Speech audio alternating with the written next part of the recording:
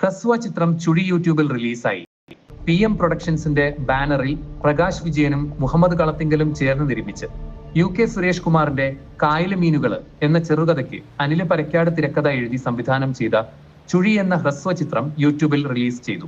Music director Mithun മലയാളത്തിന്റെ www.youtube.com/@മിഥുൻമലയാളം എന്ന YouTube ചാനലിലൂടെയാണ് ചുഴി റിലീസായത്.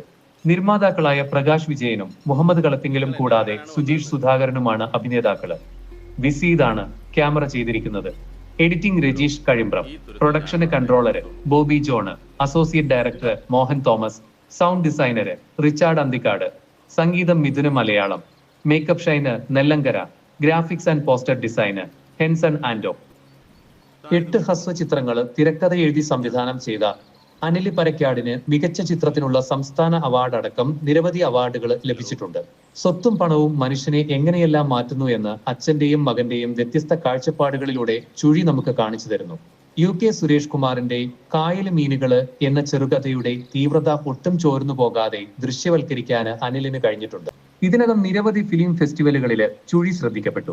Short cuts international short film ഫെസ്റ്റിവലില് excellence award, Mamukkoya memorial, national short film ഫെസ്റ്റിവലില് മികച്ച സംവിധായകനുള്ള സ്പെഷ്യൽ ജൂറി അവാർഡ് എന്നീ അവാർഡുകളും ചുഴിക്ക് ലഭിച്ചിട്ടുണ്ട്.